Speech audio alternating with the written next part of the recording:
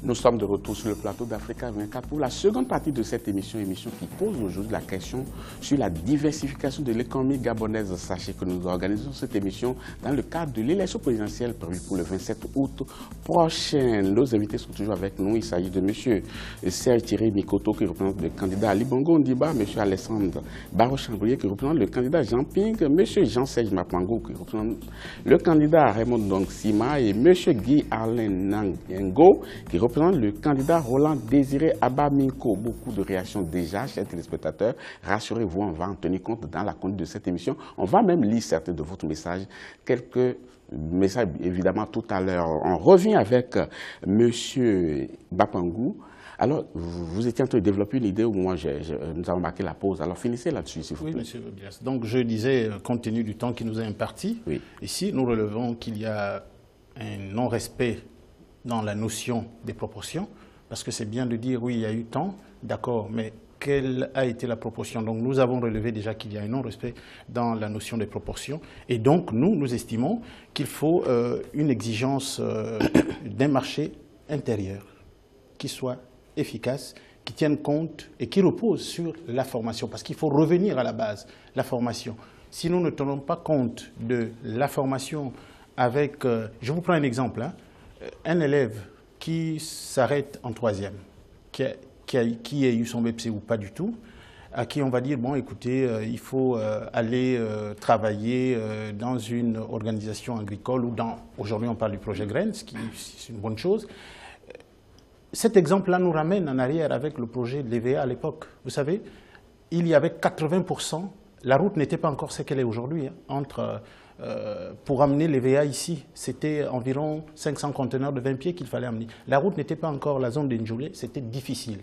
Et là, 80% de Gabonais étaient efficaces dans le convoyage des conteneurs pour remplir les bateaux ici au port d'Ovendo.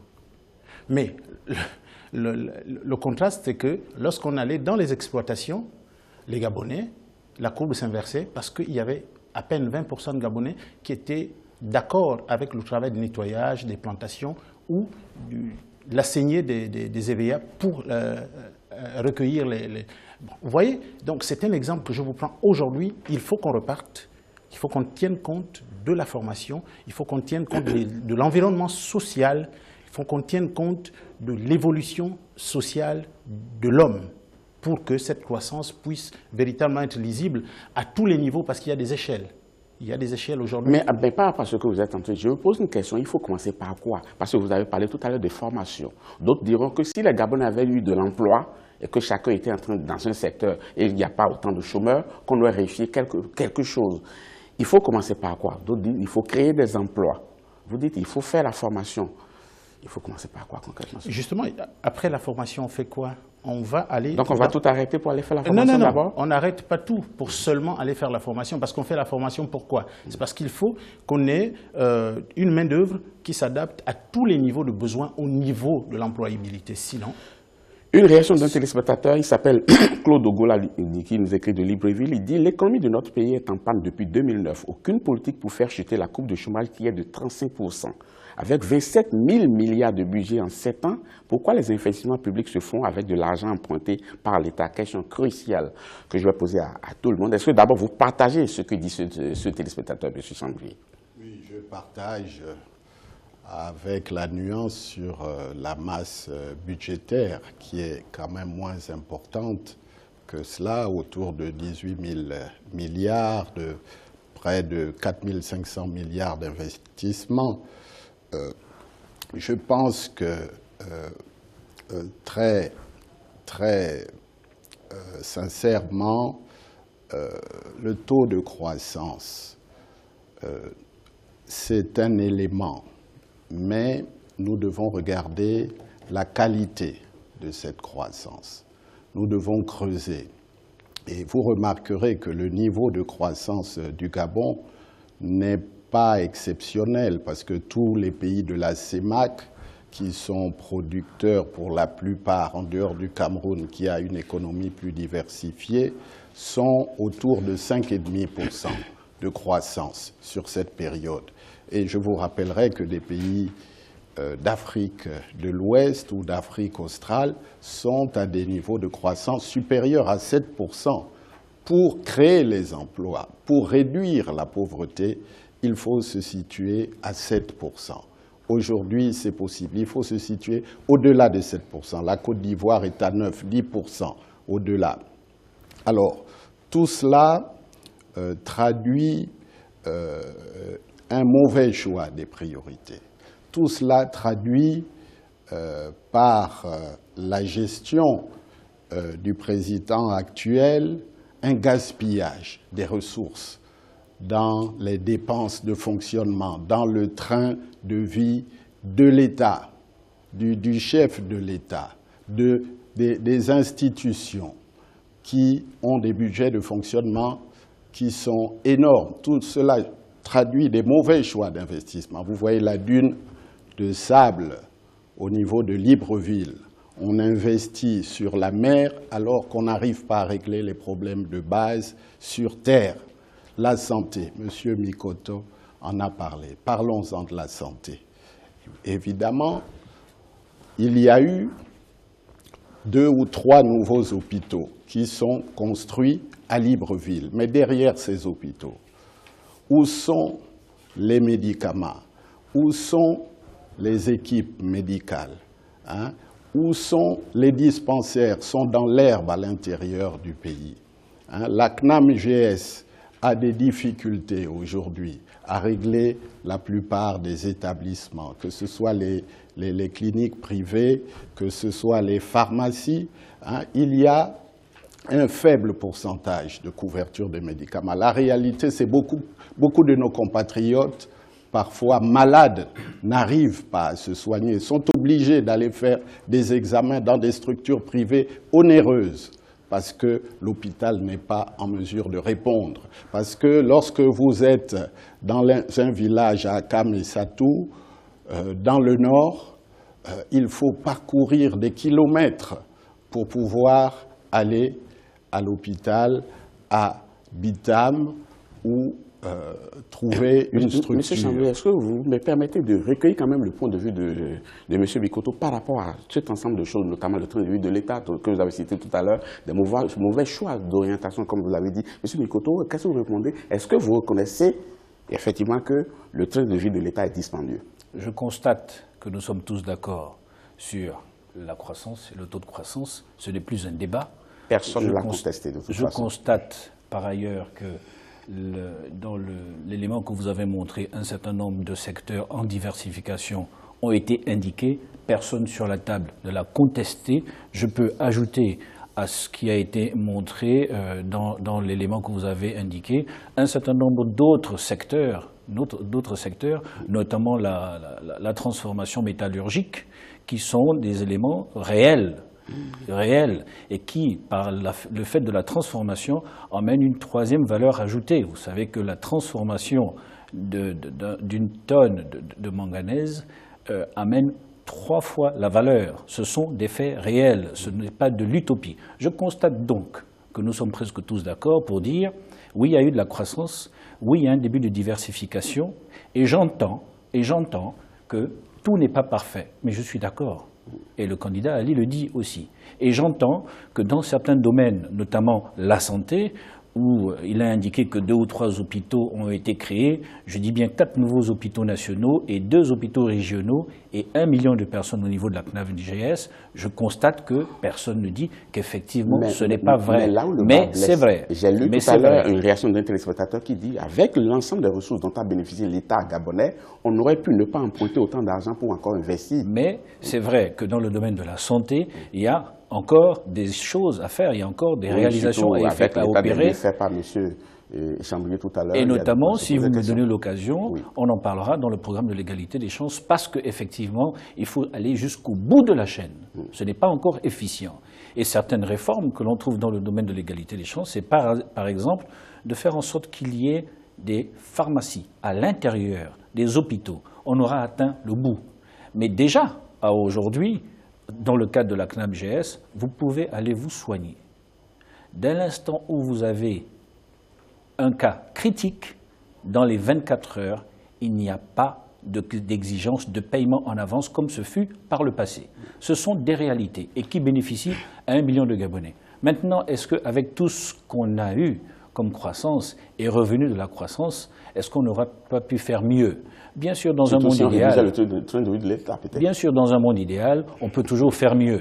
Donc, il y a une comparaison par rapport à certains pays, comme la Côte d'Ivoire, mais je m'excuse, le taux de croissance du Gabon entre la période 2009-2015 a été quand même le 4e taux de croissance des pays subsahariens. Nous étions 50e en 2009, nous sommes passés à 18e en 2015. Ce sont des faits réels.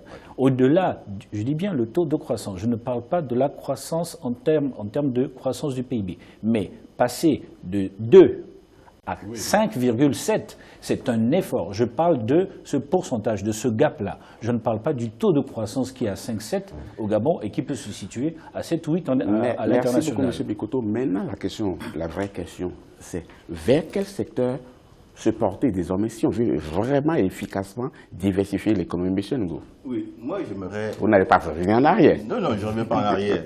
Mais j'aimerais quand même repositionner certaines choses. Oui. Je crois qu'il y a comme une confusion. Vous savez, quand on parle, le français c'est une belle langue. Quand on parle de sciences économiques et sociales, l'ordre des mots est important. Ça veut donc dire quoi? Que l'économie finance le social. Ça veut dire que l'économie, c'est le moyen. Ça veut donc dire que le taux de croissance de 5,7, c'est le degré de production de richesse du pays. Il est judicieux et honnête sur ce plateau, parce que nous sommes ici pour éclairer l'opinion, d'opposer au taux de croissance l'espérance de vie de la population. Et nous sommes aujourd'hui à 52 ans au Gabon. Et je vais me permettre de vous faire une révélation. Au Gabon, les gens prennent la retraite à 55 ans et à 60 ans. Statistiquement, ils sont tous morts. Et je vous fais là, je vous le dis, nous sommes face à une grosse escroquerie. Parce que beaucoup de Gabonais partent en retraite théoriquement morts. En économie, les chiffres ne sont pas placés au hasard. Donc, que le représentant du candidat Ali Bongo Ondimba nous dise qu'avec 5,7, voilà le taux de croissance qu'on a en 2016 ou qu'on aura en 2025. Il faut parler clair. Ne biaisons pas dans les termes de production de richesse, taux de croissance de 5%, de 10%, etc., etc. Ce ne sont que des moyens. Et ces moyens sont là pour assurer le bien-être du peuple. Alors le bien-être du peuple, ce n'est rien d'autre que l'espérance de vie. Les pays émergents aujourd'hui, ils oscillent entre 70 et 80 ans. Mais c'est ça le concret, c'est ça le résultat de l'économie. Or, on veut inverser les choses, on met plein le visage, les taux de croissance de ceci, les taux de croissance de cela, mais on ne voit pas le résultat de ça. Mais M. Ngo, tout le monde est unanime qu'on avait beaucoup compté sur le pétrole, il faut diversifier maintenant, mais il va falloir cette fois-ci, pour qu'on ne se dise pas qu'on s'est trompé, se porter sur des secteurs qui vont vraiment générer ce qu'on recherche. Je suis d'accord avec vous, mais à condition de parler le langage de la vérité. Il faut opposer aux moyens le résultat. Le résultat, c'est l'homme. Donc vous estimez que par les moyens, on aurait pu faire mieux, je souhaite ceci, que quand on nous annonce 5,7, qu'en face, on nous dise, voilà l'espérance de vie du Gabonais en 2016.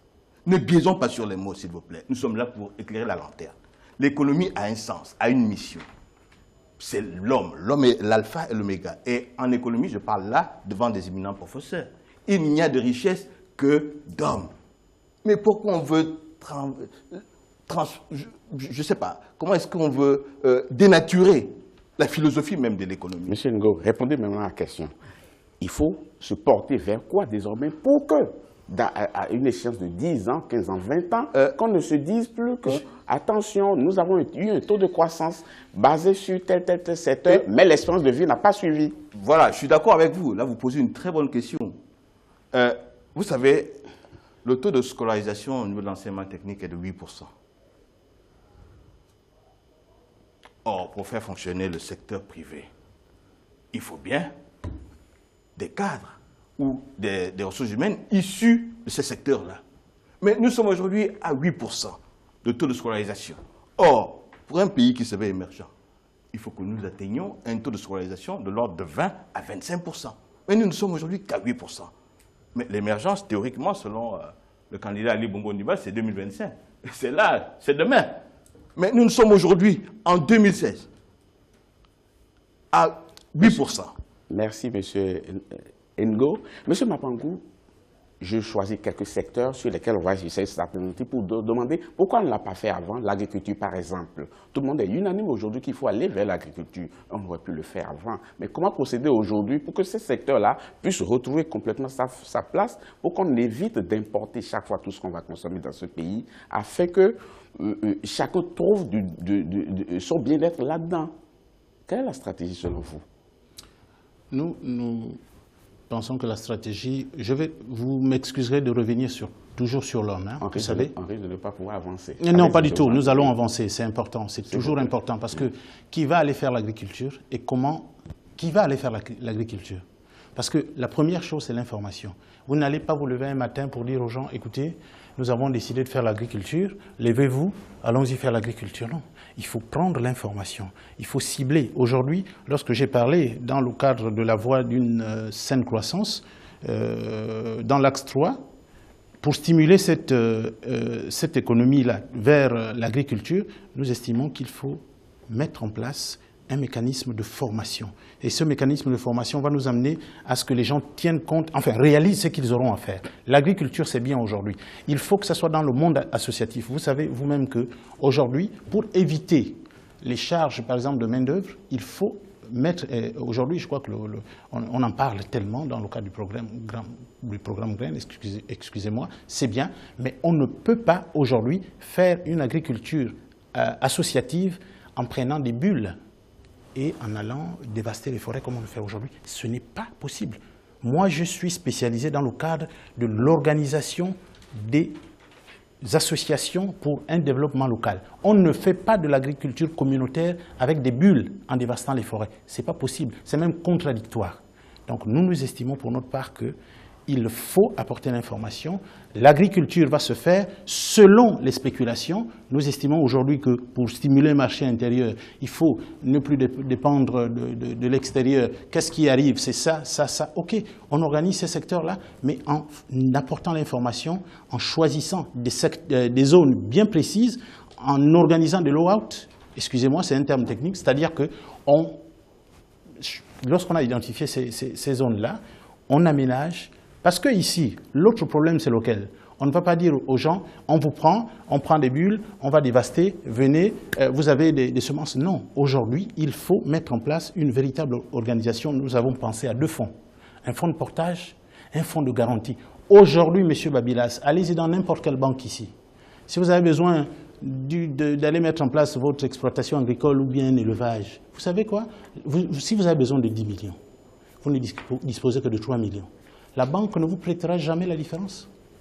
Parce que c'est clair, la banque va dire sur quoi je me fonde, quelle est la garantie pour moi, que si jamais ça tourne mal, mon argent va me revenir. Vous voyez, donc ça, c'est une des solutions, c'est une des alternatives que nous proposons dans la voie d'une saine croissance. Merci. Monsieur Bao-Chambrier, avec un sol bien favorable à l'agriculture et également le climat qui est aussi favorable, je crois qu'il n'y a pas de nouveauté sur le plan naturel à avoir. Maintenant, si on n'a pas progressé dans ce secteur-là, certainement qu'à un moment donné, on n'a pas su prendre le bon train par rapport à cela. Alors, qu'est-ce qu'il faut faire maintenant? Qu'est-ce que votre candidat compte faire pour que les Gabonais s'intéressent vraiment à cette filière-là pour le bonheur de tout le monde? Monsieur Babila, je souhaite que nous ayons un débat approfondi et sérieux. On ne va pas revenir sur les chiffres macroéconomiques. Il a été question de parler des indicateurs humains. Hein, notre ami, M. Guy Alain Nangengo, je crois, a soulevé une vraie réalité. La mise en rapport du revenu moyen gabonais avec les indicateurs sociaux qui sont comparables à un pays à faible revenu. Et cela est inacceptable avec toutes les richesses dont dispose notre pays. Je regrette, Monsieur Mikoto, mais Ali Bongo a échoué.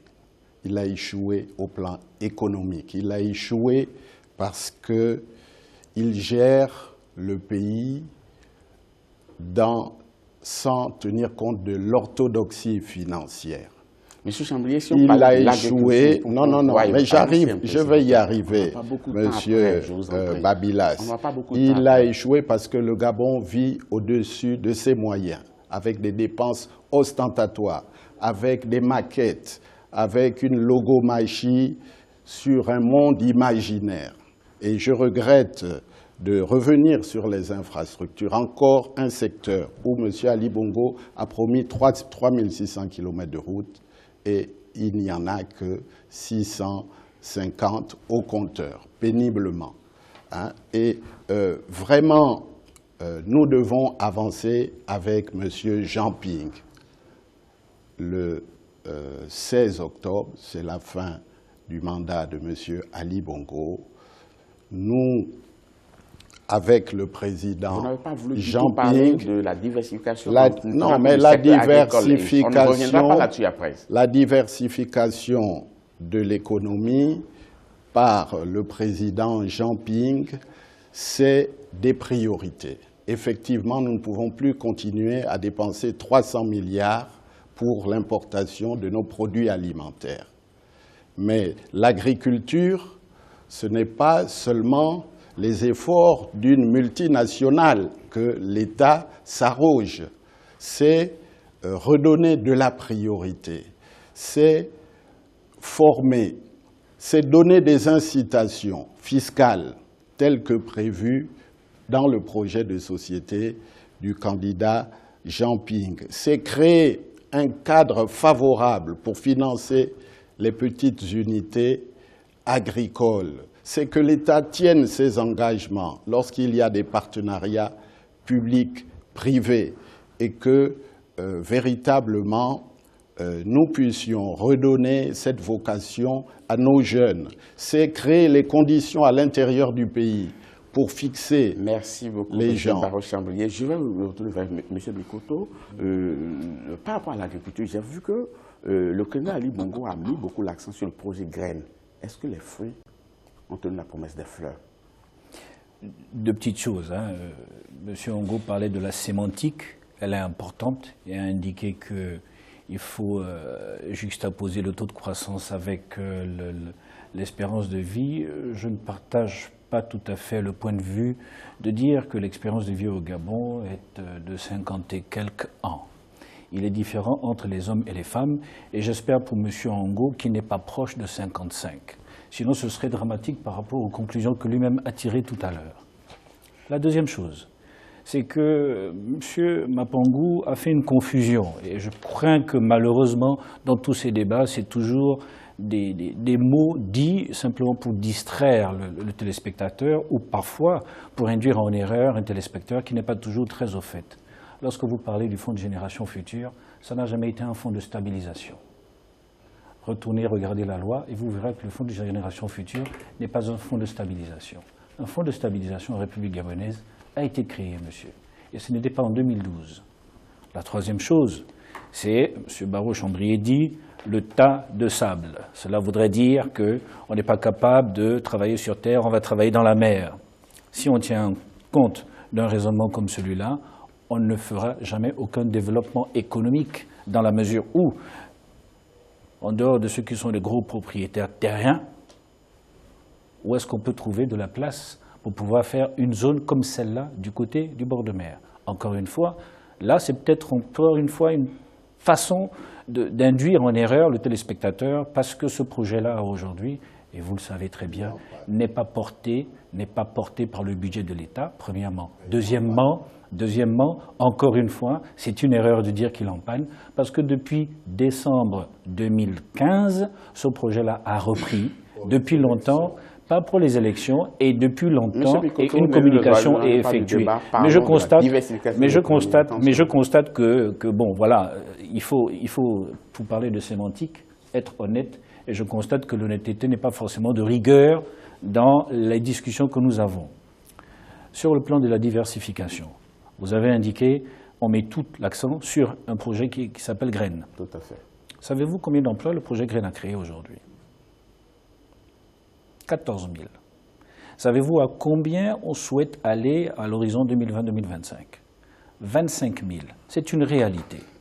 Ce sont des réalités. Ce sont des Gabonais principalement qui travaillent dans ces unités-là. Que ce soit à Bitam, que ce soit dans le Haut-Ogooué, ce sont en majorité des Gabonais. Le modèle éventuellement peut être discutable parce que les experts, soi-disant, nous disent on ne le fait pas avec des bulles, il faut le faire de manière communautaire. Mais c'est une agro-industrie quelque part. Pourquoi? Parce qu'il y a des cultures de rente dans un premier temps, et puis ensuite, il y a la diminution des importations. Donc c'est un modèle qui est en marche. Mais je constate que personne ne parle de la transformation du minerai de manganèse que j'ai évoqué, comme si c'était tacitement un accord implicite, mais que cela se dise. Si vous êtes d'accord, messieurs, que ce soit une réussite, dites-le. Cela ne vous gênerait en rien. Merci. Et lorsque j'entends M. Chambrier dire Ali a échoué et qu'il faut s'entourer de personnes qui ont une expérience comme Ping et des hommes de valeur comme Ping, de quelle valeur on parle? Monsieur Mikoto, merci beaucoup. Nous allons marquer encore une pause. Je sais que vous voulez envie de prendre la parole. Vous l'aurez tout à l'heure, chers téléspectateurs, ne partez surtout pas. On marque une pause, le temps de faire un clin d'œil à nos annonceurs. On vous retrouve dans quelques instants.